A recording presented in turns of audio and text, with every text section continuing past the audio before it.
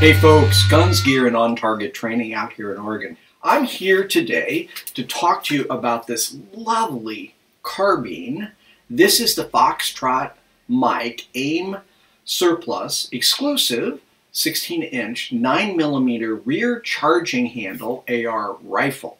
So Foxtrot mic is a producer of all sorts of cool AR style pistols and products and all kinds of other stuff. And AIM Surplus is a distributor and FFL dealer and has all kinds of great products for anybody who's into the shooting sports. They sent this particular carbine out to me and said, hey, Seth, take a look at it, see what you think, give us your feedback, give us the review. What do we do right? What do we do wrong? What do you think? So yesterday, I spent the better part of 2.5 to 3 hours at the range, fired about 300 rounds, maybe it's 350 rounds, just running different drills. So we tested the firearm for accuracy, and it gave us really good accuracy, what I would expect from this type of platform. Now, the accuracy was enhanced, I believe, by a couple of things. First, it has the AIM Surplus 3.5 pound drop-in trigger in the gun. It comes to the end user with an already good drop-in trigger. So much better than a mil-spec trigger. So much easier to get good hits. That allows fast shooting, accurate shooting, and also faster follow-up shots or shot sequence and shot cadence much faster than if you're just using a standard trigger. Short reset, all the things that I happen to like. So we shot the carbine off an improvised bench, so it was not ideal. It wasn't like I had sandbags and everything was perfect. I actually put a table out at 25 yards and put up my backpack and laid this across the backpack. And we were able to produce some pretty good results. Now the gun, A, was not broken in, right? So to me, you got to do 400 or 500 rounds before a gun is officially broken in. B, the conditions were not great. And I also, because of my eyes, even with a red dot, I just don't have the same kind of vision. And ideally, like I would have put some kind of variable power optic on it so I could see a little bit better than my somewhat worn and tired eyes. Anyway, I was very, very pleased with the results. And really for this type of carbine, it's really designed as personal protection or some sort of competition gun, right? There are a lot of different matches now where people are shooting 9mm carbines as part of that match, sometimes 3-gun matches. I mean, it just depends on what your match. There are pistol caliber carbine matches now. So this type of gun is already set up for that. Some of the other things that distinguish this from a traditional just kind of out-of-your-box AR-15 carbine are the fact that it comes with a number of different upgrades. So we mentioned the 3.5 pound trigger. We also, I also really like the fact that it has the ambidextrous safety. Again, another part made by AIM Surplus. It has what's called the Warhammer charging handle, which I really like. I've had this, I bought some other ones for my ARs, but it really allows the user to work the bolt from either hand and stay on fire control.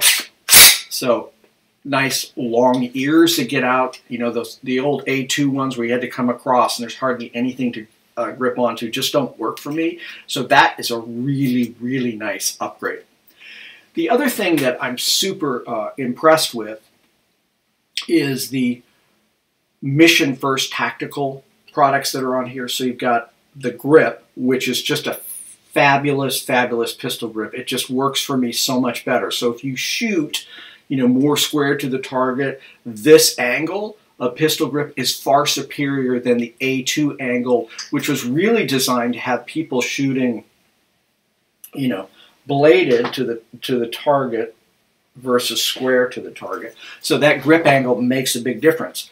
It also, by the same company, by Mission First Tactical, has the Minimalist Stock. And I'm telling you guys, this is fantastic. I've seen these, I've never used them, and now I want to put them on all of my ARs. I really, really like this. Now, the one thing you need to note about this is there's no QD attachment. So if that's really important to you, that you've got a sling with a QD attachment, then that's something to be aware of. While you could certainly add one here at the end here where the castle nut is. You've seen those before. What I like is there are a number of different slings out there, one by Frank Proctor, which is a 2-point sling, but it actually has like paracord that allows you to wrap any side either way, wherever you want to do it. And that to me is what I'm ultimately putting on this particular carbine. It has a proprietary setup here. It's achieved by this interlock system between the upper and the handguard. And that means you've got a really tight fit and your front end is just locked in. I mean, it just feels like one solid piece all the way through, like it's monolithic. The slim line M-lock handguard here that goes out, it's 15 inches, so it gives you a really long reach, right? Because we're now really working to drive the forend into the shoulder. It gives you a lot of area to grip onto and to drive that in, and you can attach whatever you want to it. So all those things make, in my mind, a big difference in terms of the value you get for the price point. The last thing I point out, and I found this incredibly effective, is this sort of cool little muzzle brake that works exceptionally well. So it's got ports just on the other side of 12 o'clock, not really 11 o'clock, closer to 12, but still off, which of course, as the gas is poured off, it keeps the muzzle relatively flat. And then you've also got the side porting. So that porting system worked very, very well for keeping the gun very flat. It does have a thread pitch, which is a little different for some people, or perhaps they're thinking, oh, it'd just be a standard, half by 28. Well, it's actually 1/2 by 36. So you need to be aware of that. You may need an adapter if you already don't have something that adapts to that thread pitch. But to me, I have another Foxtrot mic brace pistol, and so I already have the adapter. So I just threw the adapter on here, and it worked great, no problem. Shot it suppressed.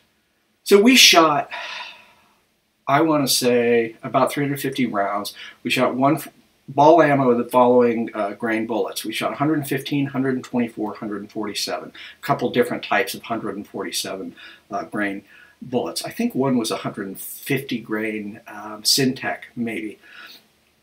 Boy, that was soft shooting. And with the suppressor, it was so quiet. It was just lovely. We also shot some hollow points. We shot 115 grain jacketed hollow point. We shot 124 grain bonded hollow point. I think it was Federal HST, if I have that right. We shot some 147 Winchester Ranger ammunition, and we shot I think that's it for hollow points. Now, interesting thing I did here is I'll show you the video right now. I actually loaded up a magazine, a mixed and match of different types of hollow points and some ball ammo in there with a goal to try to get a failure to feed, get some kind of stoppage. I had no stoppages in 315 rounds that we shot. Gun functioned flawlessly. We had good accuracy, reliability, good trigger, very flat shooting gun, and it was just a joy to shoot. So bottom line, guys, if you're looking for a pistol caliber carbine that's set up basically on an AR style platform with a rear charging handle, because again, Foxtrot mic does make them with side charging handles, and if you like that, that's really a cool setup as well. But I happen to prefer this setup with a rear charging handle. You should really check them out. Check out AIM Surplus and this particular exclusive. They've got a really good deal on it, and it is we were spending lots of time ringing steel and having fun yesterday. So hopefully you'll enjoy some of the video. Hopefully you'll check them out.